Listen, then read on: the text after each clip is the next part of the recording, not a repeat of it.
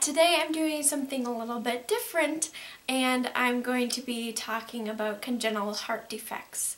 As some of you might know, February is Heart Month, and it's a month about spreading awareness about heart disease and heart defects. And this week, February 7th through the 14th, is Congenital Heart Defect Awareness Week. And today is the first day of that.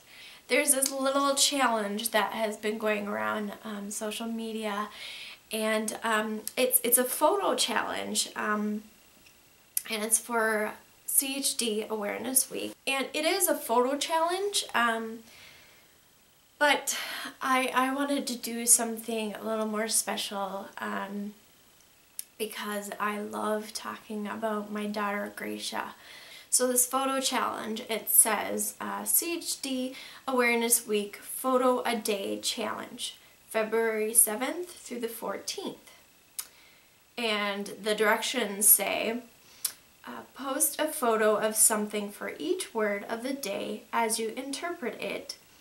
Use hashtag 1in100 and hashtag CHD week on each post so it can be seen by others. Have fun. So there's a different word for each day, and you basically just post a photo of whatever that means to you. Me being a CHD mom, all these words mean a lot to me. And I will also be posting a photo of each of these words, what it means to me, on my Facebook page and Instagram, as well as talking about it in a video and what it means to me. So today, February 7th, the first day, the word is diagnosis. This is the photo I chose for the word diagnosis. So in December of 2011, I became pregnant with my first baby. And it was around late winter, I believe around March of 2012. I went in for my first ultrasound. It was just a regular appointment, a regular ultrasound, the first one, and so I went in and I had the ultrasound done, and the nurse, she left for a moment, and she said, you know, I'll be right back, I just need to go talk with the doctor real quick. And I was like, oh, okay, this must be normal, because this is my first appointment. And she came back and she says, now we're done with the ultrasound, now we need you to schedule another appointment today, later this afternoon with a doctor. It's like, okay, that's strange. So of course I had a few questions for her, but she wouldn't answer them, so I was concerned. And so I left and I came back in the afternoon and met with my doctor, and he said that he had noticed something wrong with the baby. The baby had extra fluid around the torso and extra fluid around the neck, and legs, and just pretty much all the way around the baby's body. And of course that was cause for concern because that's not normal. He said, you know, we want you to schedule a level 2 ultrasound, so that's kind of an upgrade from, you know, a level 1, and they can see things a little bit better. And so I did. So I scheduled that and I went in for that appointment, and sure enough, they saw the same thing and they were concerned about it. Later on, we met with a geneticist, I think was technically her name, but she sat down with me. Thankfully my mom was there, my husband was not because he was working. My mom was there with me, And the lady told us, this looks like Turner syndrome. She explained to us that I could have a miscarriage any day, to be prepared for that. If it is Turner syndrome, baby can put you into more harm, more danger. Because I could start mirroring some of the things that was going on with baby, and so there was that. So I was there with my mom at the clinic, and they put me in a room, and I cried and cried and cried and cried, and my mom called my husband Sean, and Sean would get there as fast as he could, and we were just devastated and heartbroken. And so it was around 16 weeks, I believe, they had me do an amniocentesis. So they wanted to check and see if it was Turner syndrome or Down syndrome, or what was going on. So they basically took that huge long needle, they stuck it in my belly, and they took out some of the baby's amniotic fluid so that they could test it and see exactly what it was. So we waited several weeks.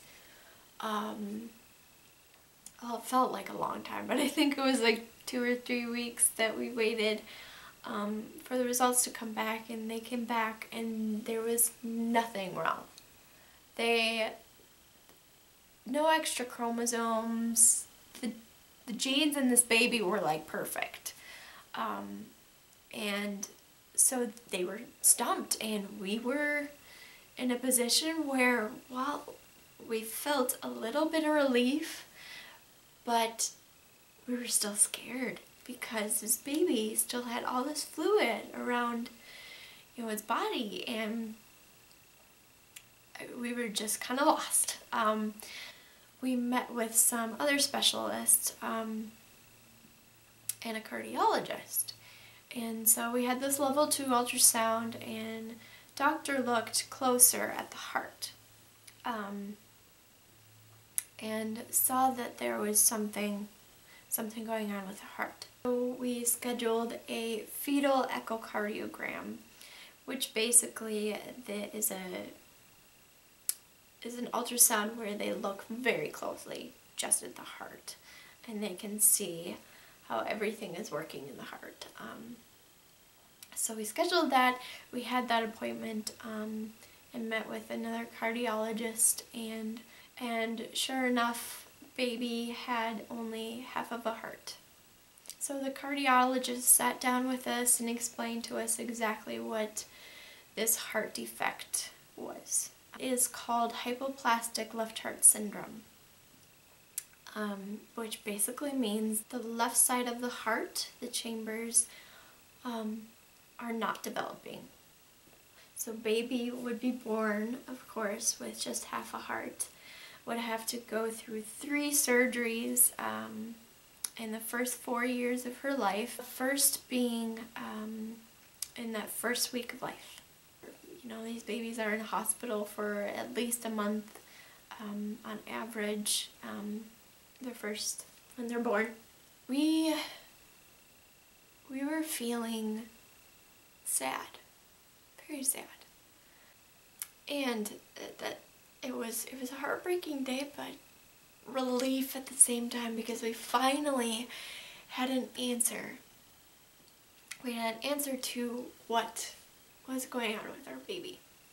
At that very same appointment, we found out that we were having a baby girl, and we were so excited. But then again,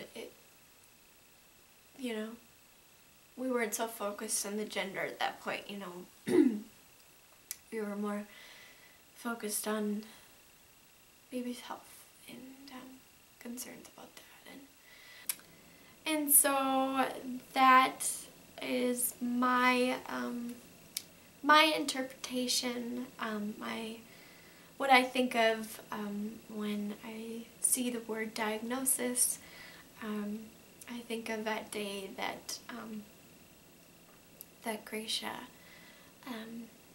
we had our first echo on her, and we found out she was a girl, and we found out that she had a very special heart, and that she would be born a very special, unique, beautiful baby. So that is it for today's video. So I hope you guys enjoyed my little beginning to Gracia's story, and thank you for allowing me to talk about her, because I love talking about her, and that's why I wanted to do these videos. And I will see you guys tomorrow for the next video. Thanks for watching. Bye.